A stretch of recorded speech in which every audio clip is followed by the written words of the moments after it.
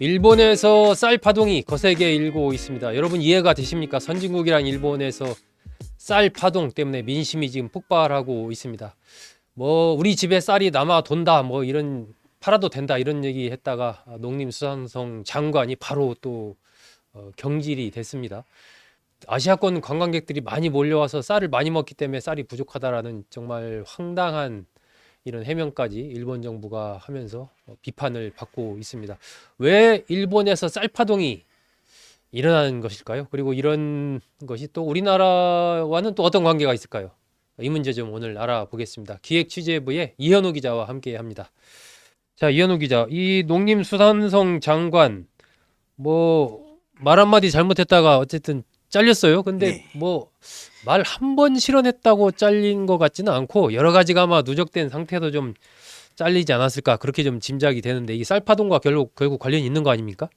네, 이 지금 실언을 해서 네. 문제가 된 어떤 사람이에요?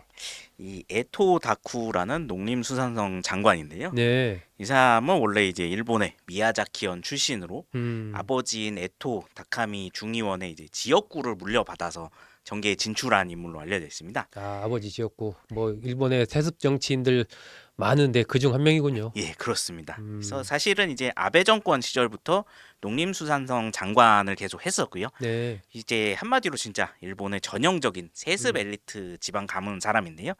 근데 최근 이제 일본 내 쌀 가격 폭등에 대해서 이번 실언 말고도 이제 올 초부터 계속해서 정부는 책임이 없다는 식으로 이제 회피 발언을 했습니다. 아, 예. 그래서 지금 일본 쌀값이 지난해 7월까지는 이제 5kg당 2,000엔 정도 하던 것이 지금은 이제 4,400엔 뭐 그 정도 한다고 하거든요. 아주 짧은 기간에 쌀값이 정말 2배 이상 뛰어버린 건데요. 그러네. 지금 상당히 심각한 상황임에도 에토 장관은 계속 정부는 비축물을 풀고 있으니까 이제 해결이 될 거다. 그리고 이게 매점매석하는 상인들이 결국에 문제다. 이렇게 변명을 하다가 이제 최근에는 또 그동안 쌀값이 너무 쌌었던 것이다. 이렇게까지 얘기를 했습니다. 한마디로 별 문제 없다는 네. 식으로 이제 계속해서 입장을 가져왔군요. 그러다가 이제 마지막으로 자신의 이제 결국에 경질을 당한 발언을 하게 된 셈인데요. 바로 이제 본인의 지역구 지지자들이 네. 하도 쌀을 많이 주니까 우리 집엔 집은 쌀 많다. 그렇습니다. 이 말을 하면 안 되는 말이었는데요. 발등을 확실하게 찍었네요. 네, 그래서 이 사람의 실언으로 인해서 지금 이시바 내각의 지지율이 급락해서 네. 지금 한 27%까지 급락했다고 합니다. 27%면 뭐 조금 더 내려가면 정권이 흔들릴 수 있는 그런 지금 지지율까지 거의 위험도에 근접하고 있네요. 예, 그래서 이제 더 이상 했다간 내각이 무너질 것 같다라는 아하. 이야기가 나왔고 결국에는 이제 이 사람이 경질이 됐고요.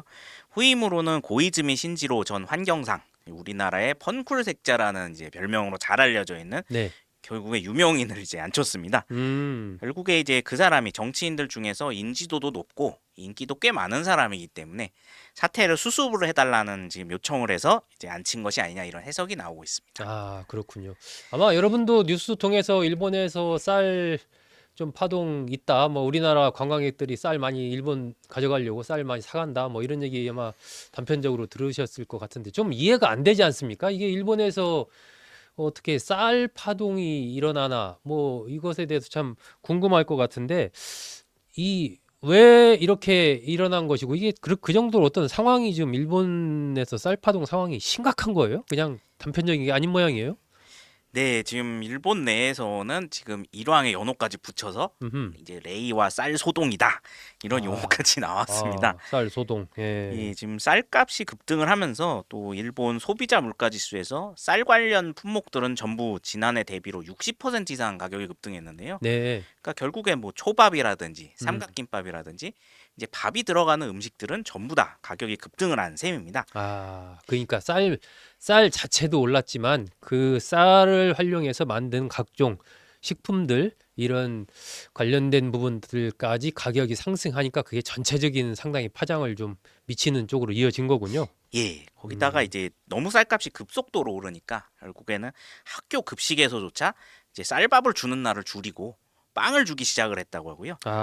그리고 이제 아까 말씀해 주셨듯이 일본 사람들이 사실은 한국 쌀을 기피를 하는 경향이 있었다고 하는데 대거 이제 한국에 와가지고 마트에서 쌀만 사가는 진풍경까지 벌어지고 있다고 합니다. 네. 그동안 일본에서는 한국 쌀은 이제 일본 쌀에 비해서 품질이 떨어진다 이런 좀 이야기들이 많이 나왔었다고 해서 기피를 했었는데 일단은 지금 쌀을 구할 수가 없어서 먹어보니까 일본 쌀이나 별로 뒤지지 않고 네. 가격은 3분의 1밖에 안 한다 이렇게 어. 지금 광고가 되면서 관광객들이 다른 건 안 사가고 지금 쌀만 사서 이제 트렁크에 챙겨가고 있다 그런 이야기가 나오고 있습니다. 네. 심지어 한국 쌀이 일본에 정식으로 대거 수출까지 되고 있는 상황인데요.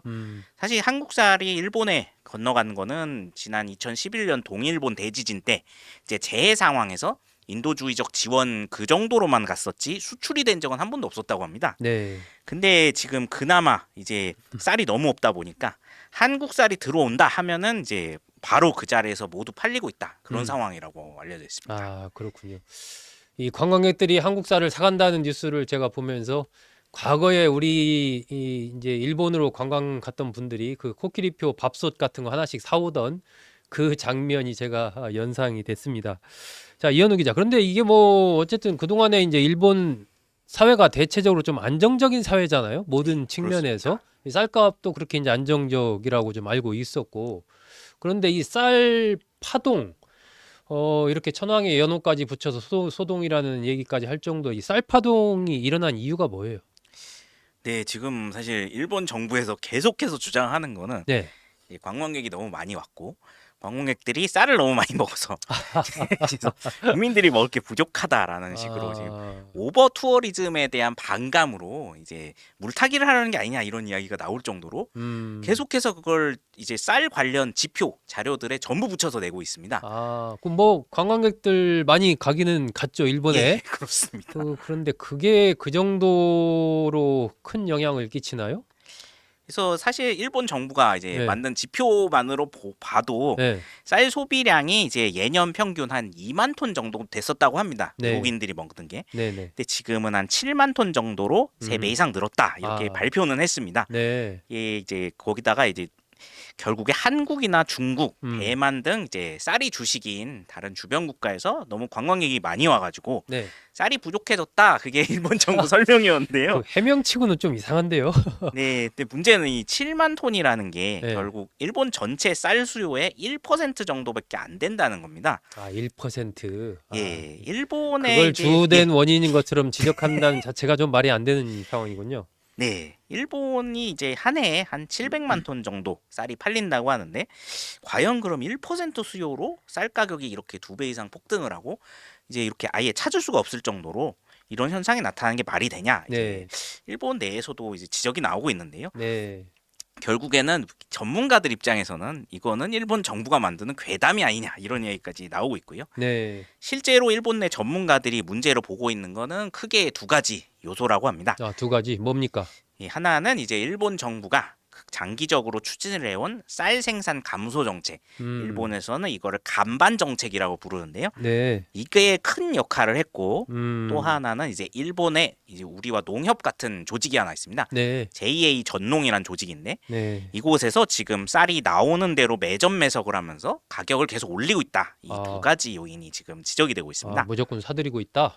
예. 음. 이 먼저 간반 정책이라는 거는 네. 일본 정부가 1971년부터 2018년까지 이제 미국 가격을 안정을 하겠다. 그런 이제 목표를 잡고 농가에 이제 쌀 대신 다른 작물을 심으면은 보조금을 주면서 쌀 생산을 이제 계속 줄여왔던 그런 정책인데요. 아.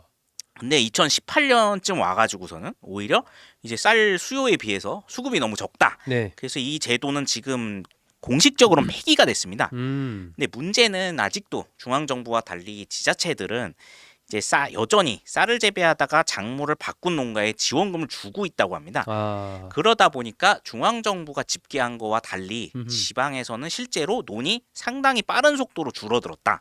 그래서 결국에는 수급이 문제가 된 게 아니냐 이런 지적이 하나 나오고 있다고 하고요. 아, 쌀을 안 심고 다른 작물 심으면은 지원을 해주니까 예, 그렇습니다. 점점 준다. 예. 그리고 이제 이것과 함께 제기된 문제인 말씀드린 이제 JA 전농의 매점 매석 문제는 네. 사실 이게 가장 심각한 사태의 원인이 아니냐 이런 지금 지적이 나오고 있습니다. 이 JA 전농이란 조직은 지금까지 이제 쌀값이 계속 하향되는 상황이었기 때문에 농민들한테 일부러 좀 비싼 가격, 시세보다 비싸게 쌀을 사서 이제 쟁여놓는 그런 역할을 해왔었는데요. 네. 근데 이제 지난 3월에 일본 정부가 쌀값이 너무 올라가니까 비축미를 풀었을 때 음흠. 이 중 90% 이상을 이 JA 전농이 다시 사들였다고 합니다. 아, 그러면 뭐 사들인 효과가 없는 거 아니에요? 싹 풀었는데 다시 그냥 다 사들여 버리면은 정부가 어쨌든 낮추기 위해서 푼 효과 자체가 완전히 사라지겠네요. 네, 그러고 나서 이제 시중에 풀어야 되는데 안 풀고 아. 계속 조금씩만 내놓고 있다는 거죠. 음. 그러니까 근데 이제 JA 전농이 지금 주장하는 거는 이제 농민들 농가 수익을 계속 보전을 해야 되고 네. 그리고 그동안 이제 농가 수익 보전을 위해서 자기네들이 쌀값을 시세보다 비싸게 샀기 때문에 음흠. 지금 시세보다 좀 더 높아야 된다 이런 주장을 하고 있다고 합니다. 그러니까 결국에는 이제 자신들 조직에서 발생한 손실액을 메우고자 이제 일부러 매점 매석을 하는 거냐 이런 비판이 일고 있는데요. 네. 근데 일본 정부가 이런 JA 전농의 매점 매석 행위에 대해서 좀처럼 손을 대지 않고 있다 보니까 그럼 결국엔 농림수산성하고 둘이 짜고서 지금 하는 게 아니냐 이런 비판까지 나오고 있습니다. 아, 이게 어쨌든 좀 어디로 튈지 좀 두고 봐야 되는 묘한 상황이군요. 그런 부분에 대해서 결국 JA 전농에 대한 개혁이라든지 아니면 여러 가지 이 이른바 뭐 검찰 수사라든지 기타 이런 것들이 필요한 거 아니냐는 아마 그런 얘기도 일본 내에서 나올 만한 상황 같습니다. 근데 지금 이현우 기자 설명 듣다 보면 결국 이제 피해를 보는 건 일반 서민들, 네. 일반 국민만 이제 피해를 보고 있는 그런 상황 같고, 아까 이제 그 간반 정책 예. 뭐 이런 걸 듣다 보면 또 우리나라가 지금 취하고 있는 정책과 기본적으로 궤가 똑같지 않나 하는 생각도 들고, 그러면 여차하면 우리나라도 뭐 나중에 당장은 아니어도 몇 년 뒤나 이때 좀 비슷한 상황에 처할 수 있지 않을까 싶은 생각도 들고 한데, 이거 전체적으로 좀 이 어떻게 봐야 됩니까? 이 일본 이 쌀 뭐 파동과 우리나라와의 관계 이런 거 한번 설명해 주시죠. 네, 뭐 말씀해 주셨듯이 지금 일본의 쌀파동은 이제 우리나라와 거의 우리나라 구조가 비슷하기 때문에 네. 앞으로 상당한 영향을 끼칠 걸로 예상이 되고 있습니다. 이게 일본에서 과연 단기 현상으로 그칠지 아니면은 앞으로 구조적으로 계속 일본이 쌀이 부족하게 될지 네. 이게 더 심화가 될지 아직 미지수긴 하지만 만약에 구조적으로 일본에서 쌀 생산이 계속 줄어들게 되면 당장에 우리나라에는 이제 남아 도는 쌀들이 다 일본으로 수출이 되면서 이제 새로운 시장이 열리게 되는 그런 효과가 지금 기대는 되고 있습니다. 맞아요. 그 측면에서는 정말 우리 뭐 쌀이 남아 돈다 막 처치에 곤란해하고 이런 고민은 어느 정도 좀 해결이 될 것 같아요. 그죠? 일본에 수출하면 되니까. 예. 근데 다만 이제 우리나라 상황도 이제 계속 안심만 할 수는 없는 상황이라고 하는데요. 우리나라도 지금은 쌀 생산이 이제 수요 대비 과잉이다 이런 판단이 나오고 있지만 원래 일본도 아까 간반 정책이 2018년까지 있을 때만 해도 네. 쌀 생산이 과잉이라는 얘기가 나왔었습니다. 아, 비슷했군요.